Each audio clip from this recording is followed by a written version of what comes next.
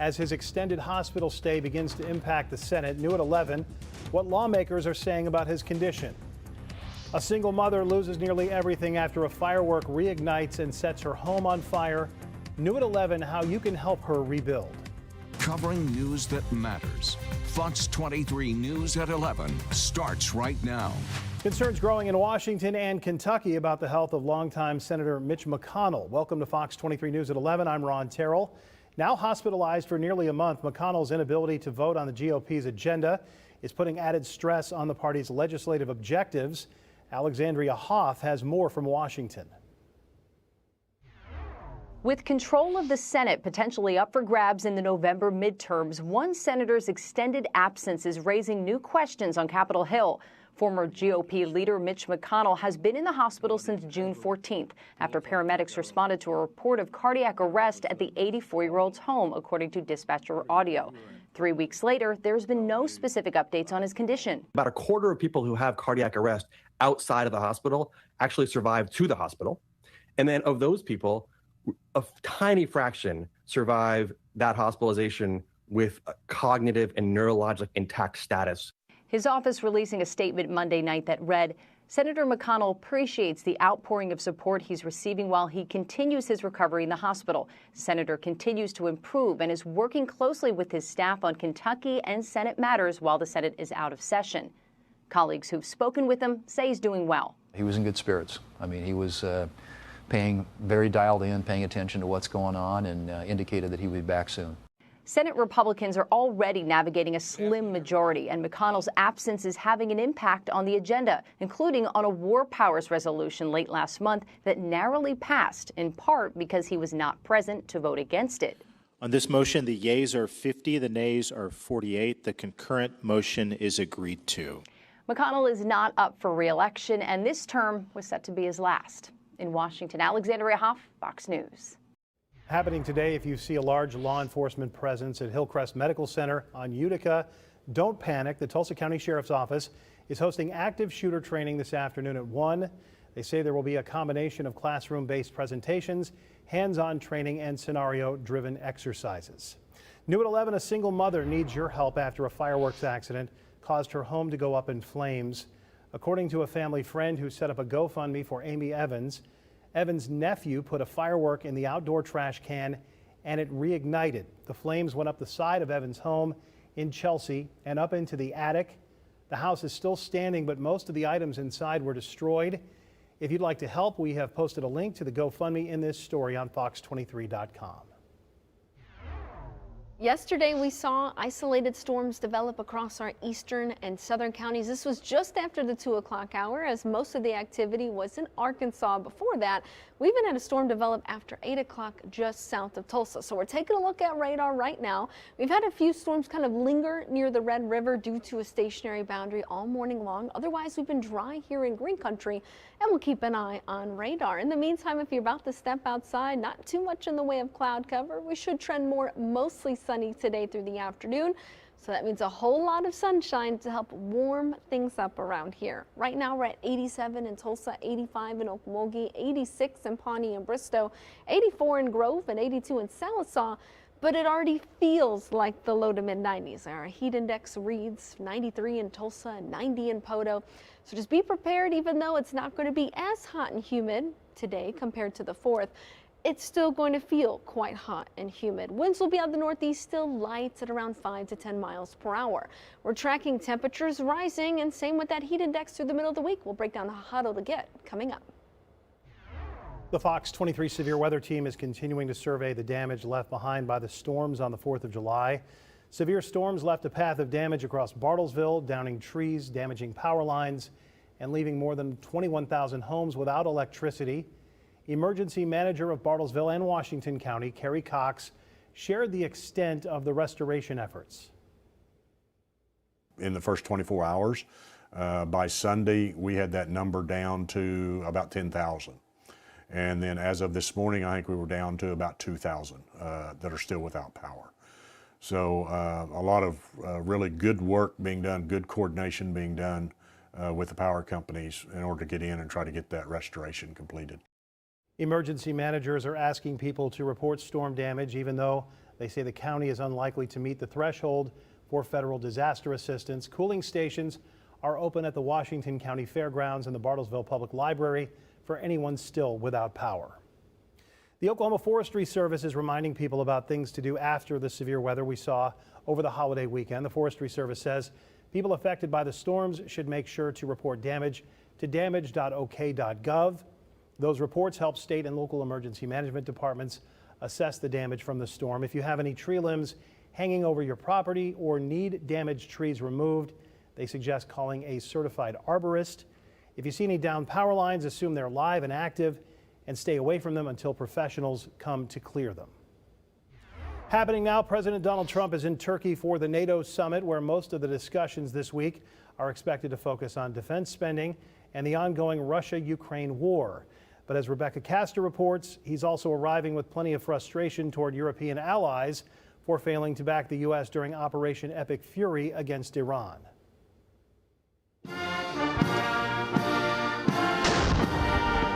Greeted with an elaborate arrival ceremony, President Trump kicked off the NATO summit with a bilateral meeting with Turkish President Erdogan, the host of this year's meeting and the main reason he chose to attend despite frustrations with the alliance. I was very disappointed with NATO, and frankly, if it weren't held in Turkey, where my friend happens to be a very strong leader, it's possible that I wouldn't have attended.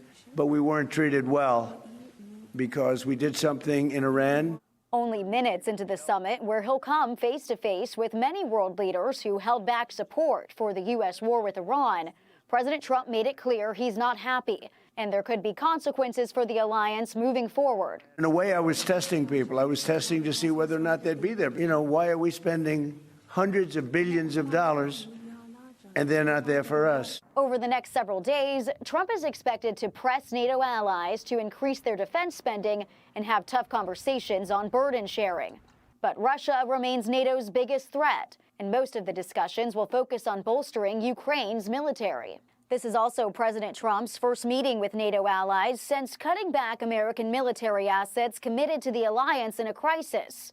A senior NATO military spokesperson tells us those gaps have been largely filled by the Europeans. In Washington, Rebecca Castor, Fox News. A chance to help put Oklahoma in the national spotlight, how you can help the Highway Patrol in a nationwide contest. New allegations are shaking up one of the nation's most important Senate races for the Democrats. The growing calls for a candidate to step aside.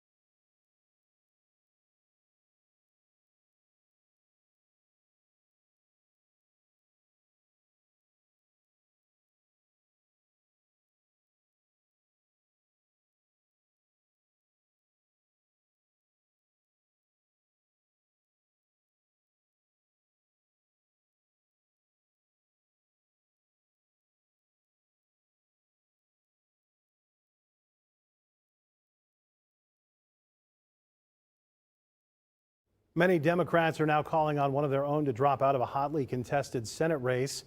Jenny Rasico appeared on CNN accusing Maine's Graham Plattner of sexual assault back in 2021. Plattner denied the allegation but suggested a decision was coming. Some Democrats were always uneasy with Plattner following earlier reports of a Nazi-linked tattoo and troubling behavior with women. But he won his party's primary and was seen as the Democrats' best hope to defeat incumbent Republican Senator Susan Collins and possibly retake the Senate. Hard to overstate how crucial the Maine Senate race is in Democrats' long shot hopes of gaining control. The party still has time to replace Plattner if he drops out, but the general election is just about 4 months away. The largest U.S. grocer says it's cutting prices on thousands of items to improve affordability for its shoppers. Walmart announced Monday it's lowering the price on various food products, household items, toys, and apparel. According to the retailer, the price of ground beef will be lowered by 12%. The price of cherries will be halved, and a 24-pack of Coca-Cola will fall by 1/3.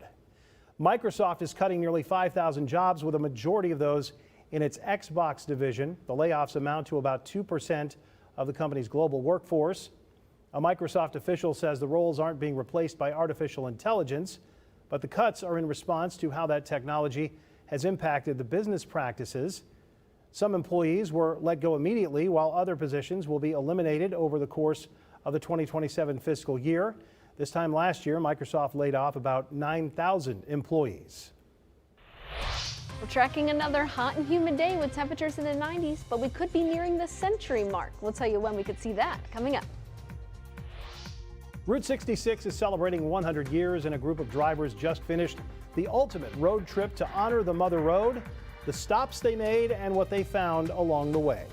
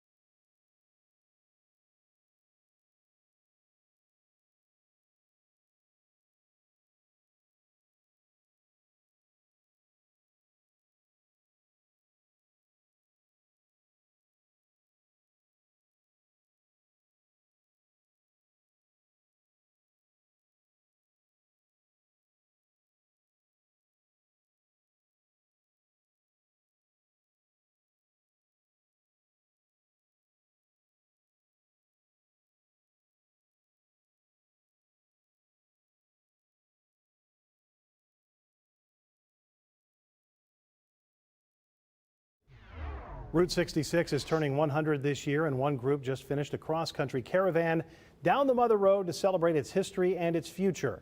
Fox 23's Bailey Coyle has the story of what they found along the way. There may be no better way to experience Route 66 than from behind the wheel. That's exactly what one Route 66 advocate group did.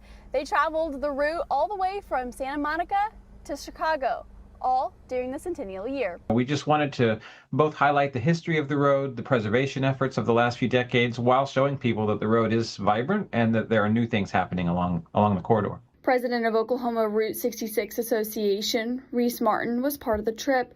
He says it reinforced one clear message. Route 66 is very much alive. The corridor is still evolving and growing, and new people are discovering it every day. The Route 66 Centennial Caravan stopped at iconic landmarks, roadside attractions, and small businesses along the way. We encountered so many people that were traveling Route 66, and we got to hear their story and what led them to the road.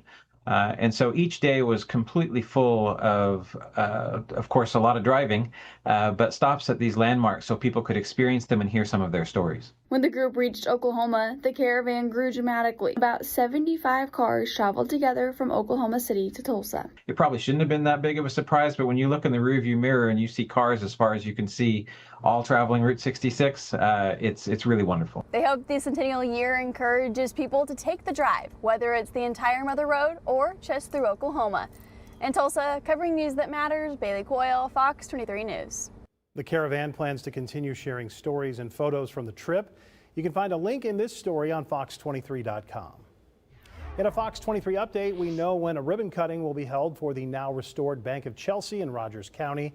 These are some photos the Chelsea Area Historical Museum posted online showing what the bank looks like. The bank sits just one block from Route 66. The project was launched back in 2021 to restore the historic bank where the Chelsea Area Historical Museum is now housed. It officially opened back in May, but the Historical Society is planning on hosting a ribbon cutting on the 31st. In the museum, you'll find exhibits on the town's rich history of agriculture and energy development. If you think you know Route 66, here's your chance to put that knowledge to the test. The Sapulpa Public Library is hosting a free Route 66 trivia challenge for adults on July 25th. Teams of 3 to 5 will compete in rounds of questions covering Route 66 history, Oklahoma and Sapulpa trivia, pop culture, and classic road trip facts. The event runs from 11 a.m. until around noon in Frank Hall at the library. Only 6 teams can compete, so pre-registration is required. You can sign up through July 11th. We have a link to do that in this story on fox23.com. Sapulpa police took a break from patrol this weekend to race down Route 66.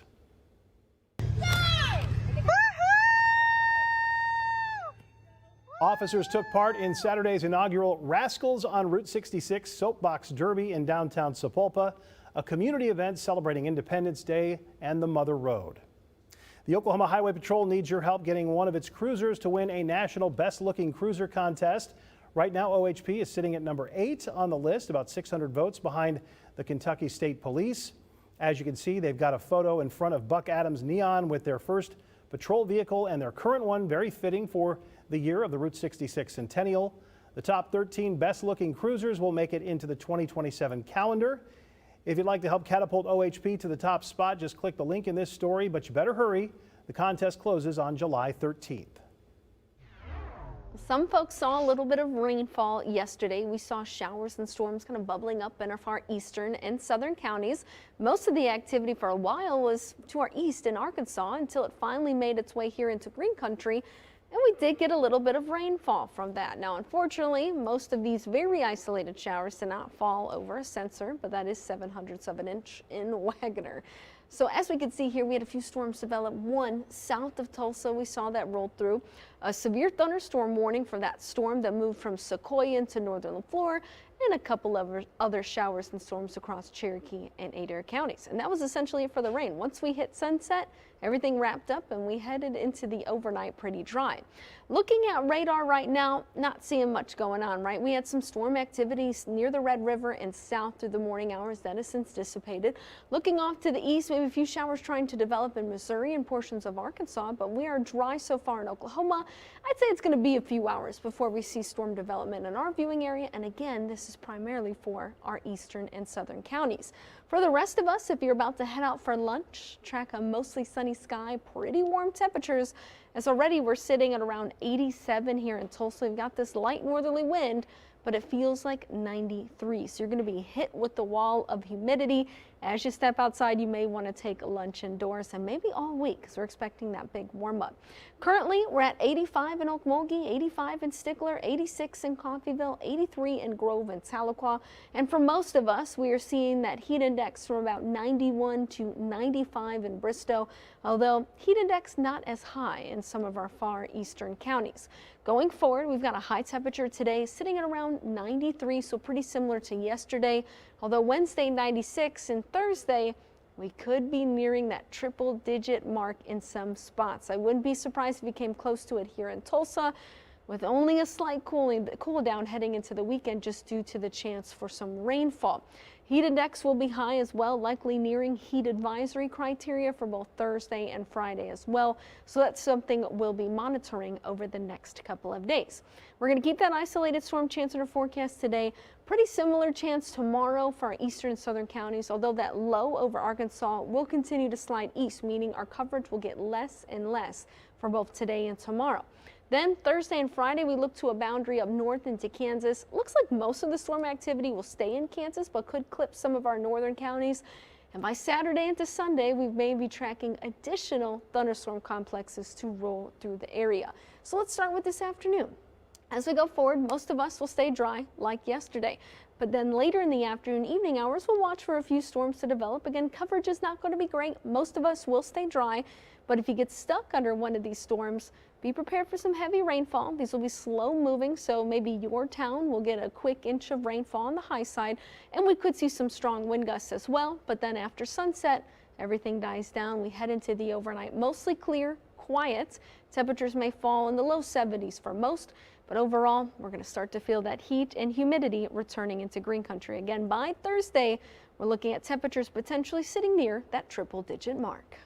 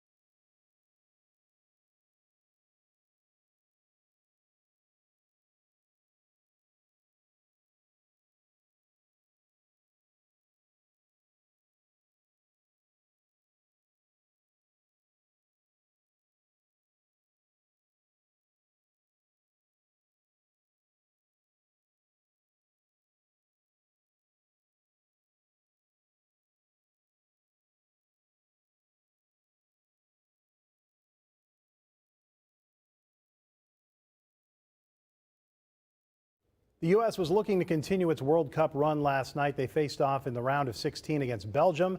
Just under 10 minutes, U.S. players said after the loss. Now, there's a lot of emotions. I'm not going to pick out one thing that was missing. They won the game in the boxes. They were clinical where they needed to be on both ends, and yeah, it just wasn't enough from us tonight. I think if you lose any game 4-1, you're never going to come out of it saying you played well and should have deserved to win.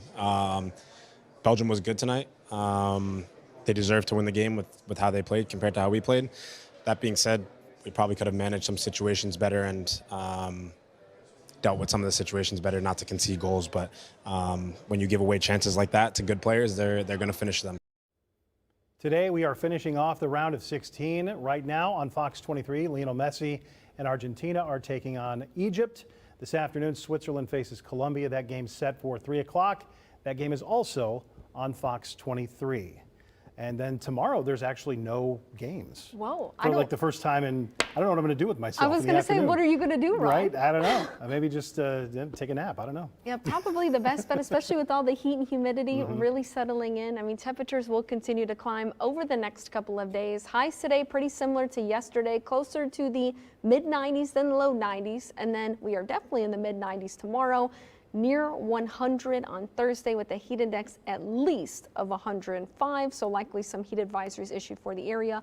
We'll start to introduce more rain chances back into the weekend, still figuring out some details on those, but at least if we have rain and some cloud cover, that should cool us down at the very least to the low 90s. Yeah, I won't complain about that. No, as long as we're not seeing triple digits, I'm fine. Yes. Thanks so much for watching. We'll see you again tonight on Fox 23 online.